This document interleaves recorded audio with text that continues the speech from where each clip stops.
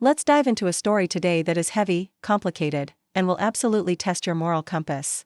This is about family, loss, and the lines we draw to protect ourselves.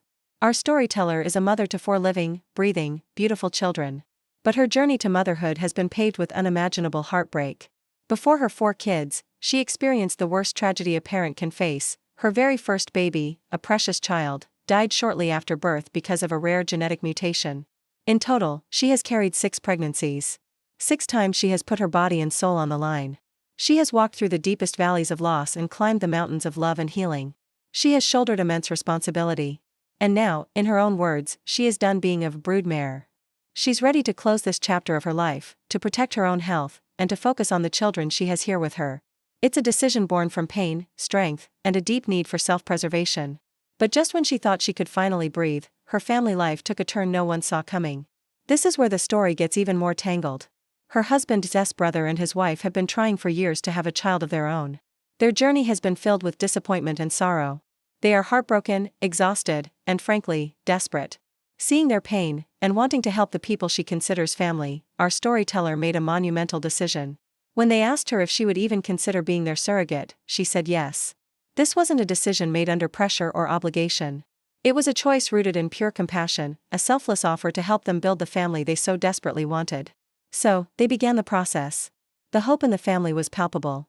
But their journey together started with more pain. The first surrogacy attempt ended in a miscarriage.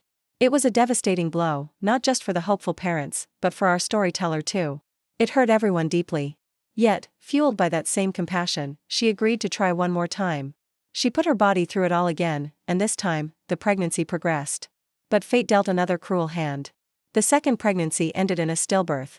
A full-term loss that was not just a tragedy, but a terrible echo of her own first loss. The grief that had started to heal was ripped wide open, plunging the entire family back into darkness.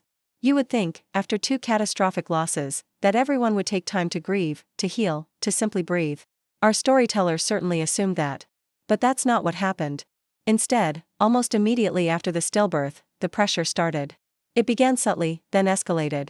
Daily messages started flooding her phone.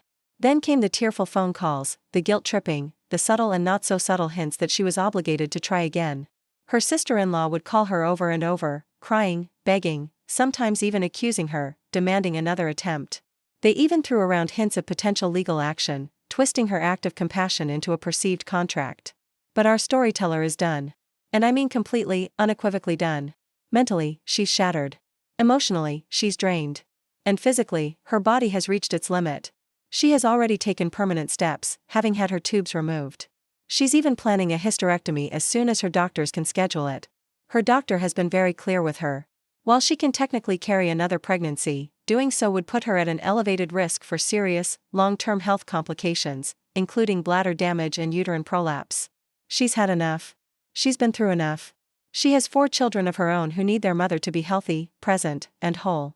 Her own survival, for the sake of her kids, has to be the priority. So where is her husband in all of this? He supports her decision. He sees her pain, he understands her reasons, and he agrees that her health must come first.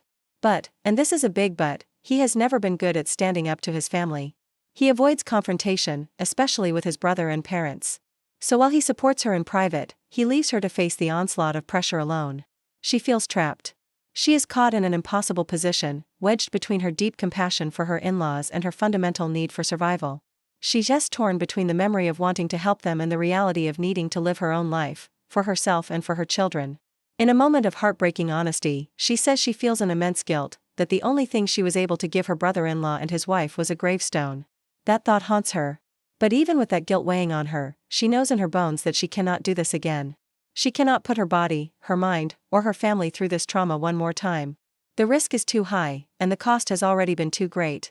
She has given all she can give. And that brings us to the central question she is asking all of us today. Am I the a-hole for refusing to attempt another surrogacy for my in-laws? Let's recap. This woman has carried 6 babies. She has endured the loss of her firstborn, and then relived that trauma through a stillbirth as a surrogate. She has stood in a place of pain that most of us can even begin to imagine. Is she wrong for finally choosing her own health, her own body, and the future of the family she already has? Now it is your turn. Who is right, and who is way out of line? Drop your judgment inside the verdict zone. We need to hear what you think. And if you have a story, whether it's messy, personal, shocking, or heartbreaking, send it in. Your voice might be the next one to echo across the channel. This is the verdict zone, where your story becomes the world's judgment.